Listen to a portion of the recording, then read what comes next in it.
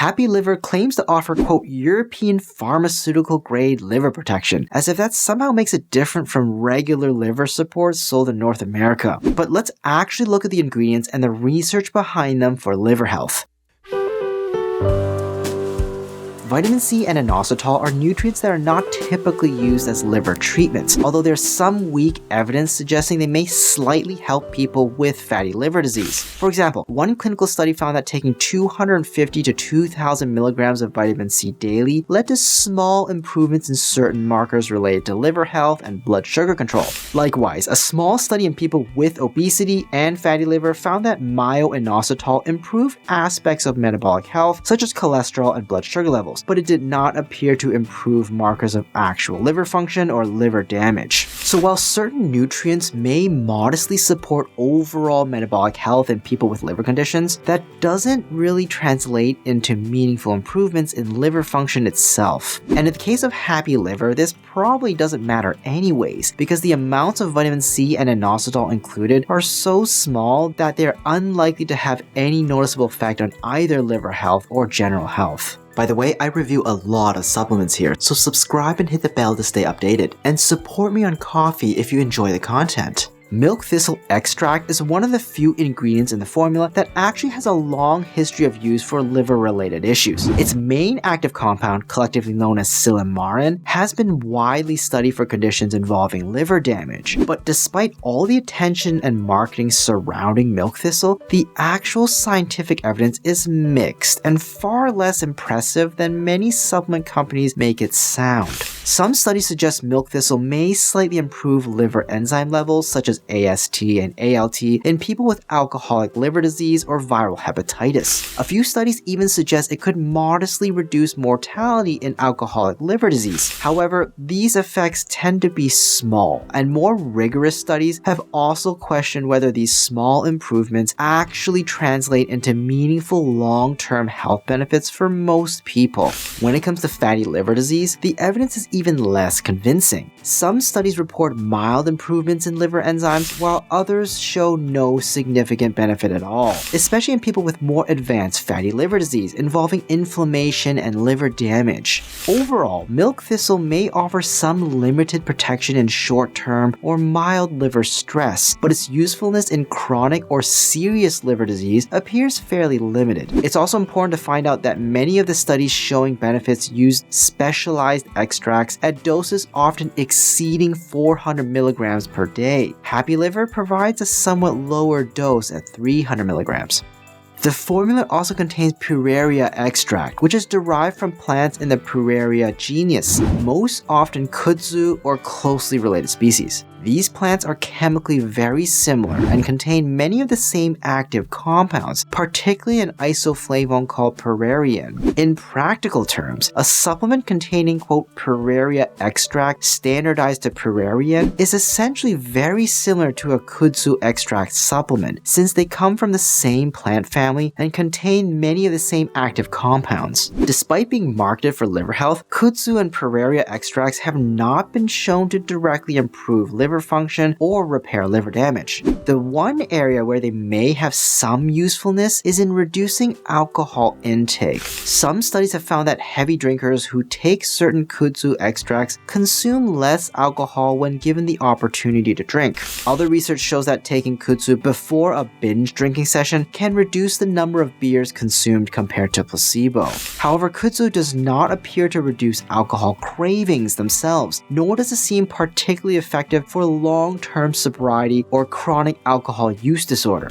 Researchers believe it may work by changing how alcohol affects the body, possibly slowing alcohol absorption and reducing the rewarding buzz people get from drinking. In other words, people may naturally drink less because alcohol feels less satisfying. So while kudzu or Pueraria extracts might indirectly reduce alcohol-related liver stress by helping some people drink less, they do not appear to directly benefit the liver itself. And once again, the dosage matters. Studies showing reduced alcohol intake typically use around 2 to 3 grams of extract per day, while Happy Liver contains far less than that, likely too little to have any meaningful effect at all.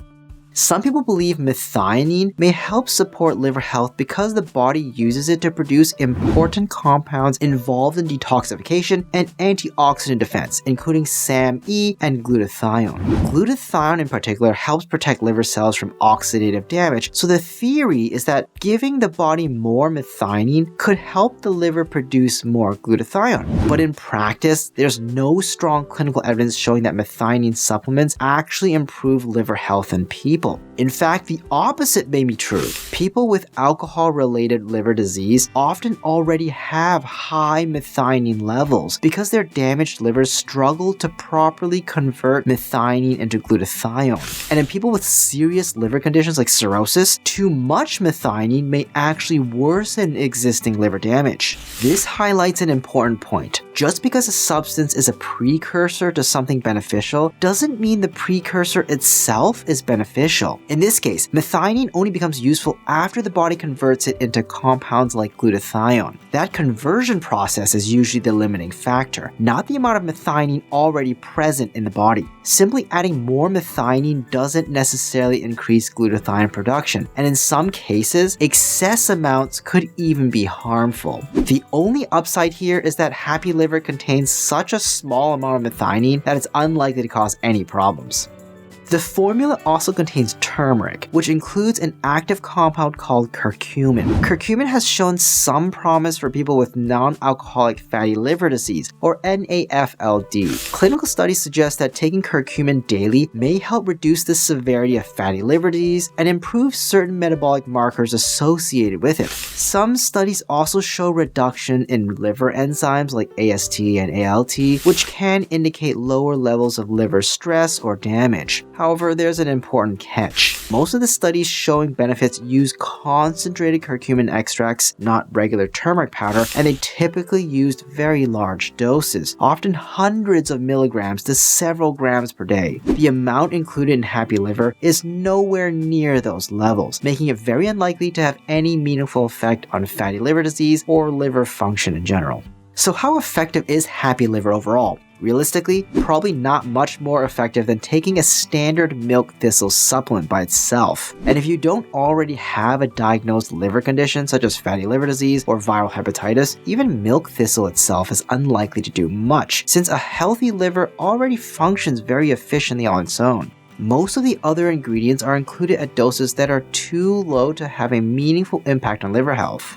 Happy Liver is selling for around $35 per month at the recommended daily dose. If I want to replicate it more efficiently, you could buy a higher quality milk thistle extract on its own for around $3 to $5 per month and likely get equal or better results. Rating Happy Liver by effectiveness for improving liver issues, I'm giving it a D. These ingredients are unlikely to improve liver function in healthy people, and even for people with liver problems, most of the doses are too low to make much of a difference. Rating by cost, I'm giving it a D. You can easily replicate this formula with better ingredients at a much lower price. Rating for safety, I'm giving it a B. The ingredients and dosages used are unlikely to pose major risks for most people, mainly because the doses are so low. Overall rating, I'm giving a D. I would not recommend it at all. Hi, I'm Dr. Brian Young. I'd love to hear your thoughts. Feel free to share them in the comments down below. If you found this video helpful, don't forget to like, subscribe, and hit the notification bell. And if you know someone who could benefit from this, please share it with them. Finally, if you enjoy what we do and want to learn more, consider supporting us on Ko-fi, and be sure to check out our other socials as well.